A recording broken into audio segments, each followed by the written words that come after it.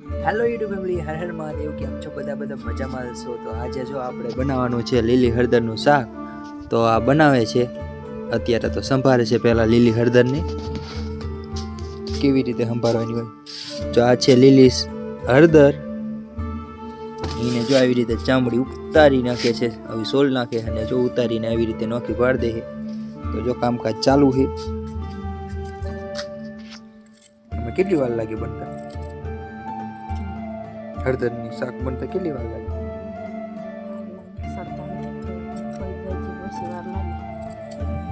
તો હાલો જોઈએ આજે કેવી રીતે હળદરનું શાક બને છે.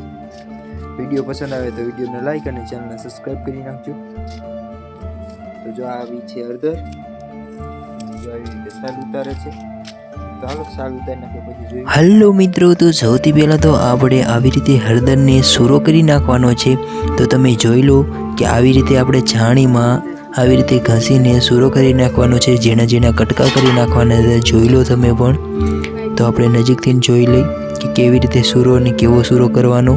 તો જુઓ, આવી રીતે હળદરનો સૂરો કરી નાખવાનો છે. એના પછી વટાણા,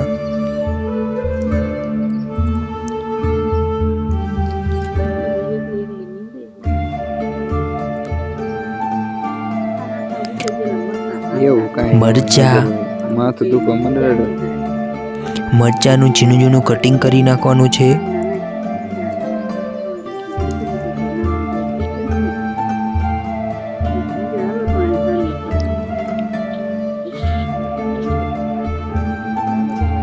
અને પછી એના પછી લસણને પણ ઝીણું ઝીણું કાતરી નાખવાનું છે. લીલું લસણ આવે એને.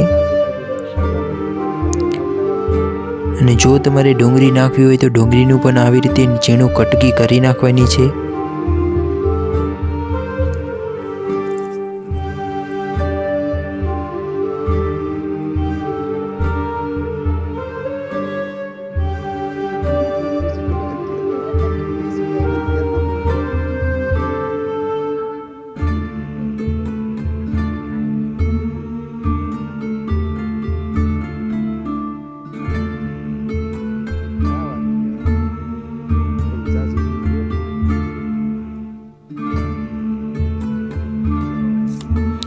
તો મરચાં, વટાણા અને લીલું લસણ આવી રીતે ઝીણું ઝીણું કાતરી નાખવાનું છે.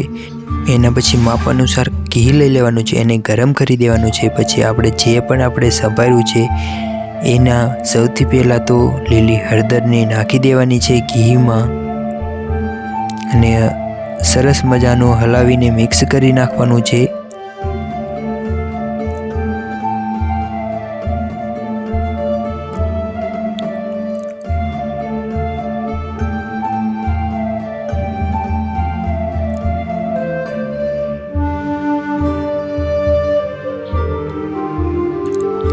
તો સરસ મજાનું હલાવી નાખીને પછી એના પછી એમાં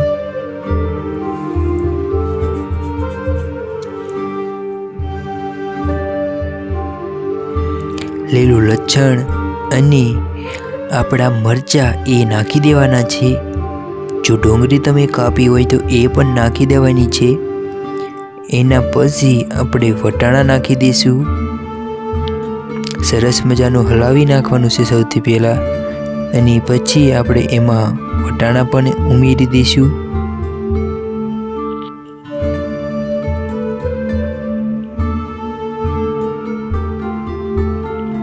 તો આવી રીતે વટાણાને પણ ઉમેરી દેવાના છે. અને હલાવવાની ધ્યાન રાખવાની, નીચે દાજી ના જાય.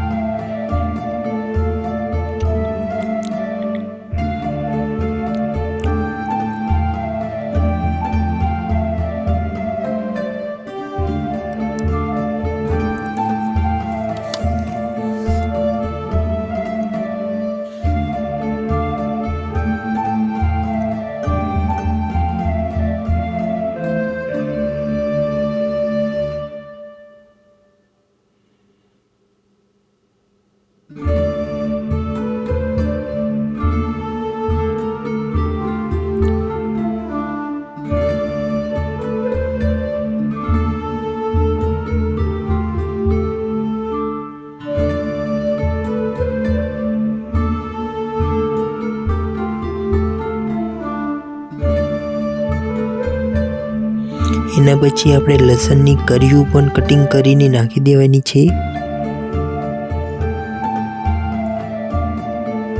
એના પછી ટમેટા પણ નાખી દેવાના છે કટિંગ કરીને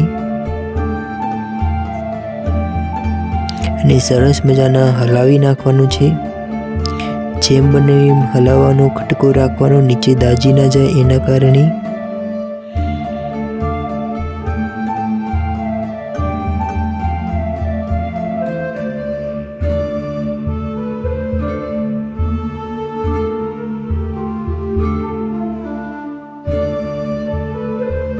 એના પછી મીઠું નાખી દેવાનું છે સ્વાદ અનુસાર.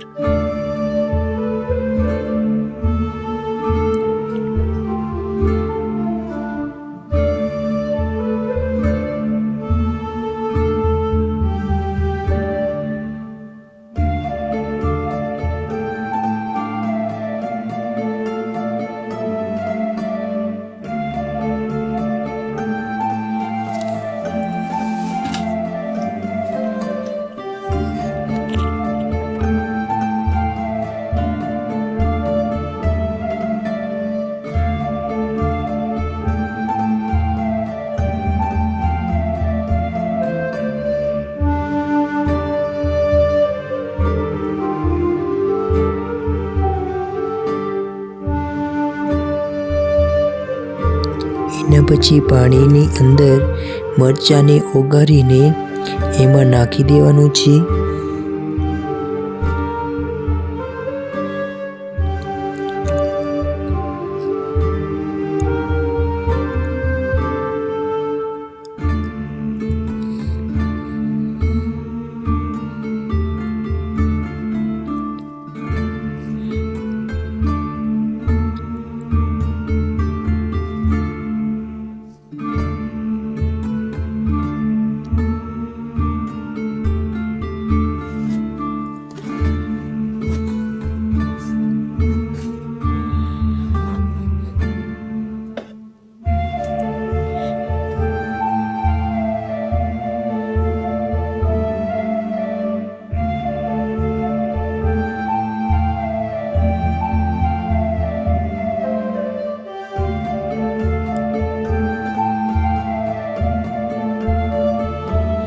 એના પછી દહીં નાખી દેવાનું છે માપ સાઈડનું.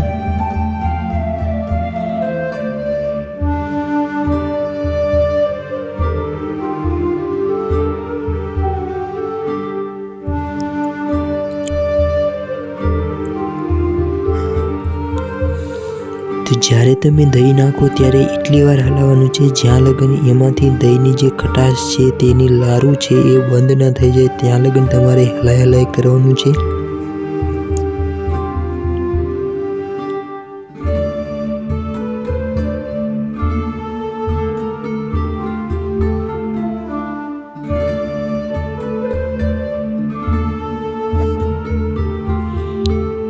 તો જોઈ લો આપણું હવે હળદરનું શાક બની જવા આવી જ છે.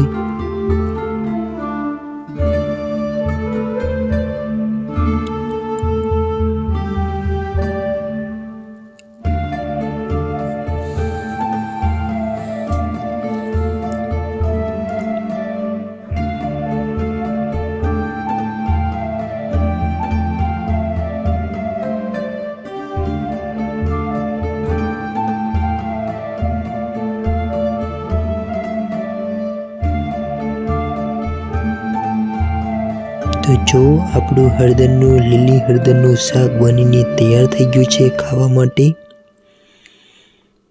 તો આવી જ રીતે તમે પણ ઘરે બનાવી શકો છો લીલી હળદરનું શાક. તો વિડીયો કેવો લાગ્યો એ કમેન્ટ કરીને જરૂર બતાવજો. તો ચાલો મળીએ નવા વ્લોગમાં. તબ તક બાય બાય.